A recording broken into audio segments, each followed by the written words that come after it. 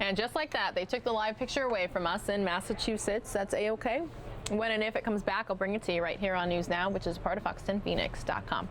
Again, everybody, my name is Pilar Arias. I'm happy to be here with you. Thanks so much for being here with us. Hello again.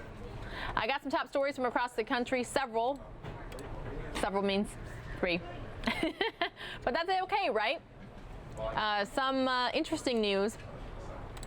A little bit lighter news, a little bit more serious news, kind of all over the map, but 3 stories. We're going to start in Florida, where the Coast Guard made a drug seizure that I'm told is in the plus 60 million range in terms of what those drugs are worth. Just had to make sure, check, that the audio is A-OK for you. And that's the first top story I got for you right here on News Now. Their mission of keeping drugs out of the country and reducing the profits of smugglers on full display. This feels great. I mean, it's excellent to kind of see the fruits of the labor. Fruits amounting to more than $62 million. That's 14,000 pounds of marijuana and more than 3,600 pounds of cocaine being offloaded at Port Everglades Thursday morning from the U.S. Coast Guard Cutter Bear. And make no doubt about it, what you see here is profits straight out of the pockets of ruthless transnational criminal organizations that would do harm and don't have any regard for our families and loved ones. Admiral Charles Ray says by seizing these drugs in quantities like this headed for the U.S., the Coast Guard is in essence pushing the U.S. border 1,500 miles south. The drugs interdicted off the coasts of Mexico, Central and South America represent the work of 3 cutter crews. We see the narcotics interdiction mission and the entire legal framework behind it as a life-saving mission. To show that we're making a difference, to help shore up the United States and keep people safe. The goal is to send a message loud and clear to smugglers that the pressure will stay on. No matter where you turn on the ocean, that's our domain, and we'll be getting after you. Wow. Anybody out there watch Friends? That episode where Joey and Rachel are like out on the Hudson in the boat, and he's like, what's the Coast Guard doing way out here? Well, there's an answer to your question if you were ever wondering. From one coast to another, we're going to head to California now, where a Marine stationed at Camp Pendleton who was killed in a crash has been identified. Let's get the details.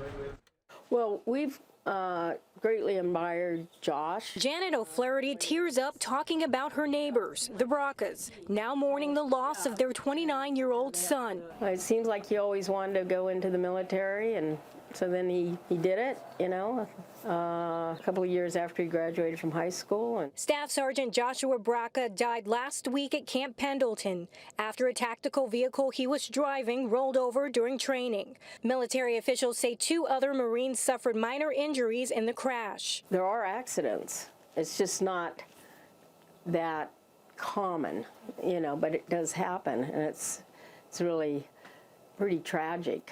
Braca was a critical skills operator with the 1st Marine Raider Battalion and an 8-year veteran. O'Flaherty says Braca was the oldest of 5 siblings and a Placer High School alum, graduating in 2008. He left behind a wife and young child. They just had a son last November. While his family is mourning, the Auburn community is also grieving for a serviceman who made the ultimate sacrifice. Well, you know, it's sad when any veteran loses their life, whether it's in actual combat or even in training. Time has a way of making things a little easier, but it'll never replace Josh. All right, a lot of people saying rest in peace on our YouTube chat there. Told you the news was a little bit of a mixed bag today. Some sad news and a little bit lighter news. We're live in Times Square now, New York City. One of my favorite live pictures to ever bring you because we're looking at all the tourists, and it's got to be tourist season. It's got to be picking up ahead of the summer because I feel like with each and every day in April, we are seeing more and more people in Times Square, probably because the weather feels more spring-like. Right? The temperatures are heating up a little bit, and the rain that we've seen the past couple weeks has seemed to have tapered off. Tons of people right there in Times Square in New York City right now walking along. You can see all the taxi cabs, all the tour buses, and it's just, if you're into people watching and you can see all the advertisements, you can see all the stores, all the restaurants, this is the live picture that you want to watch right here on News Now. And look, it's even capable of zooming in. I don't have any control of the camera, but It's pretty cool to see from time to time. And the reason I'm bringing this up is because this next top story I have for you here on News Now is about travel. I happen to travel quite often, and I have TSA PreCheck. Feel free to let us know with a check mark on the YouTube chat if you have it as well. So when I fly, I pretty much breeze through security, as long as it's not a crazy busy airport, right? And I don't have to take my shoes off, and I don't have to pull my liquids out and that sort of thing. But this next top story I have for you is the TSA providing some travel tips, in particular what not to take to the airport. It's back to basics at MIA's security checkpoints, and TSA is sending out a warning. What was the passenger thinking? Knives, fireworks, bats, even garden tools, all found in carry-ons. During this busy spring travel season, TSA is reminding travelers what not to bring to make getting through the dreaded security lines a breeze. We stop tens of thousands of pounds of hazardous material every year in both carry-on and checked bags. And for those not so frequent flyers, when it comes to liquids in your carry-on, the 311 rule is an easy way to remember what's a go and what's a no-no. That means that any liquids, gels, or aerosols that you want to take in the cabin of the aircraft in your carry-on bag must be 3.4 ounces or smaller. They must all be placed in a 1 quart size bag and 1 per passenger. One of the most problematic and yet rising fines by security officers, guns. More than 4,200 passengers nationwide were stopped traveling with firearms last year alone. The most recent intercepted by TSA officers in South Florida, 2 guns a week ago on the same day at FLL. The more people you have coming to the airport, the more guns we're stopping. 38 stopped last year at MIA and 96 at FLL, putting the airport in the top 10 worst airports in the U.S. for guns found. Most of the guns that we stop are loaded. Many of them, even the most recent ones, had a bullet chambered. If you must bring your gun, declare it, pack it unloaded in a hard case, and check it.